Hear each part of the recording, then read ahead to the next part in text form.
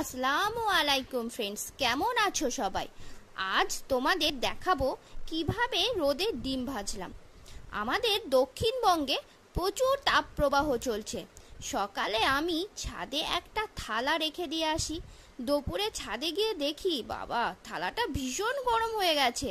তখন মাথায় একটা বুদ্ধি এলো, ডিম ভাজার বুদ্ধি। যেমন বুদ্ধি তেমন কাজ। নিচে থেকে তেল আর ডিম নিয়ে গিয়ে ভেজে দেখলাম। হ্যাঁ বন্ধু, ডিমটা ভাজা হলো। রোদে ডিম ভাজা দেখে আমার দুই মেয়ে তো ভীষণ খুশি। সামিয়াকে ডিম ভাজাটা খেতে বললাম। দেখ তো খেয়ে কেমন লাগছে।